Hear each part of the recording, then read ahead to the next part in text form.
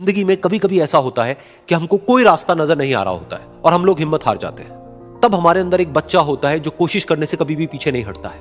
वो हार मानने को तैयार नहीं होता है क्योंकि उसको ना शब्द समझ नहीं आता है। वो बच्चा जिसके लिए कुछ भी नामुमकिन नहीं है क्योंकि वो हर हाल में कोशिश करता ही रहता है। एक बार एक छोटी सी बच्ची हाथ में मिट्टी की गुल्लक लेकर के भागती हुई एक दवाइयों की दुकान पर गई। वो काफी देर तक वहां पर खड़ी रही लेकिन दुकानदार का ध्यान उसकी तरफ नहीं गया क्योंकि और भी बहुत सारे लोग खड़े हुए थे। उसने दुकानदार को कई बार बुलाया लेकिन वहां पर भीड़ इतनी थी कि दुकानदार का ध्यान उसकी तरफ गया ही नहीं। और फिर उस बच्ची को थोड़ा सा गुस्सा आया तो उसने अपनी मिट्टी की गुल्लक लेकर के वहीं काउंटर पर जोर से रख दी, जिसके बाद में जो दुकानदार था और जितने भी लोग खड़े थे वो सब उस बच्ची की तरफ देखने लग गए। और फिर उस दुकानदार ने उस बच्ची से पूछा, बेटे आपको क्या चाहिए? तो वो बड़े ही भोलेपन से बोली कि मुझे एक चमत्कार चाहिए। ये सुनकर के दुकानदार को कुछ समझ नहीं आया, ना ही वहां पर जो लोग थे उनको कुछ समझ में आया और सब उसकी तरफ देखने लग गए। फिर दुकानदार ने बोला, बेटे चमत्कार तो यहाँ पर नहीं मिलता है।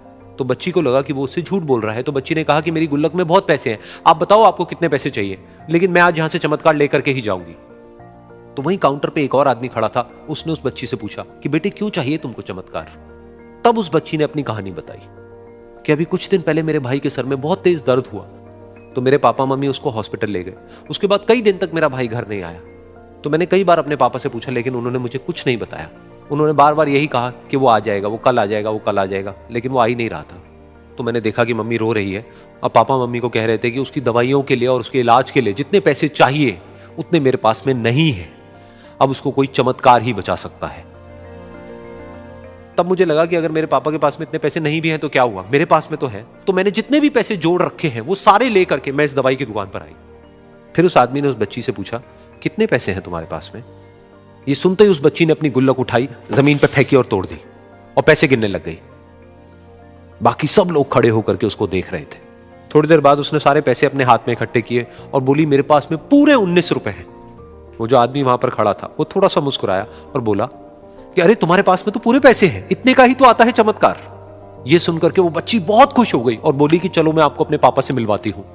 बाद में पता लगा कि वो आदमी कोई आम आदमी नहीं था बल्कि एक बहुत बड़ा न्यूरोसर्जन था और उसने सिर्फ 19 रुपए में उसके भाई की सर्जरी करी और कुछ ही दिन बाद वो ठीक होकर के घर वापस आ गया। फिर कुछ दिन बाद वो बच्ची, उसका भाई, उसके पापा, उसकी मम्मी चारों एक साथ बैठे हुए थे और बात कर रहे थे। तो उसकी मम्मी ने उसके पापा से पूछा कि अब तो बता दो ये चमत्कार आपने किया कैसे?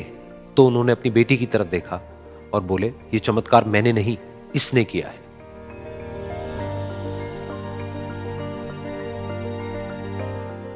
तो यहां पर एक बहुत बड़ी बात है जो हम उस छोटी सी बच्ची से सीख सकते हैं कि जिंदगी में कभी कभी ऐसा होता है कि हमको कोई रास्ता नजर नहीं आ रहा होता है और हम लोग हिम्मत हार जाते हैं। तब हमारे अंदर एक बच्चा होता है जो कोशिश करने से कभी भी पीछे नहीं हटता है।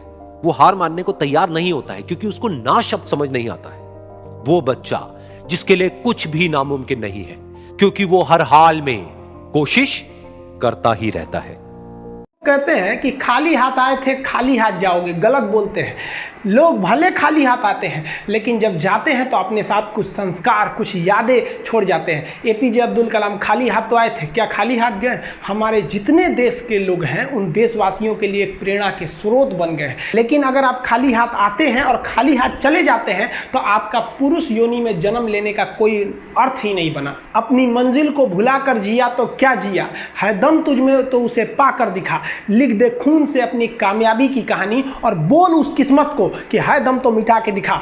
इसलिए कभी किस्मत को मत कोसिएगा, अपने हौसले से अपनी कहानी लिखिएगा। पसीने की स्याही से जो लिखते हैं अपने हौसले के इरादे, उनके मुकद्दर के पन्ने कभी कोरे नहीं होते। देखिए, शिक्षक और सड़क ऐसी चीज है जो खुद तो अपने जगह पे रहती है और दूसरों को मंजिल तक पहुंचा देती है। ये सबसे हो जाती है लेकिन दोबारा गलती नहीं होना चाहिए। जब भी किसी की आलोचना करिए तो उसमें एक छोटी सी प्रशंसा जोड़कर ही उस आलोचना को खत्म कीजिए कि शुरुआत तो डांटने से किए थे, बाद में उसका हौसला बढ़ा के हंसी मजाक में उसे निकाल दीजिए, बीच बीच में उसे फिर एहसास दिलाइए, लेकिन बार बार कमियों को नहीं गिनाना चाहिए। महाभारत देखिएगा, महाभारत में जो कृष्ण भगवान थे वो कौरवों के बीच गए संदेशा लेके, आखिरी संदेशा, वहां पे भी उनकी भाषा देखिएगा। आप महाभारत अगर सीरीज देखिए तो भाषा देखिएगा। दुश्मन से भी इस तरह से बात कर रहे थे जैसे लगता था गुरु जी से बात कर रहे हैं। ये भाषा की मर्यादा। लेकिन आज ये वही श्याम की धरती है, ये ये वही पुरुषोत्तम राम की धरती है जहाँ लोग तहजीब भूल गए कि यार बात करना कैसा चाहिए। ये वही पुरुषोत्तम राम थे जिनके अपने भाई लक्ष्मण जी को जब शिक्षा लेनी थी ना, तो रावण के पैताने बैठे थे कि ये शिक्षा लेना है तो उसके पास झुकना पड़ेगा यहाँ पर। लेकिन आज हम लोग भूल गए हैं कि हमें बात में तो इतना आजकल वो तहजीब ही नहीं रह गया है कि इतना रफ बोल दो कि दुश्मन, किसी से पूछो, एक लड़का पूछा तुम्हारा क्या हाल है, तो कर खराब है, ठीक कर दोगे जब हाल है भाई। आप सबकी ज़िंदगी में कुछ कठिनाइयाँ आएंगी, ठोकरें लगेंगे, लेकिन ठोकर खा के संभलना भी जरूरी है। ठोकरें खाकर भी ना संभला तो ये मुसाफिर का नसीब, राह के पत्थर तो अपना फर्ज अदा कर चुके हैं। और कभी भी मुश्किलों से घबराइएगा नहीं। कोको कोला कंपनी जब स्थापना हुई थी तो एक साल में केवल इसके 25 बोतल बिके थे। कंपनी का दिमाग हिल गया था। लेकिन आज के समय में दुनिया में हर जगह कोको कोला बिकता है और इसने तो फिजिक्स को उल्टा कर दिया।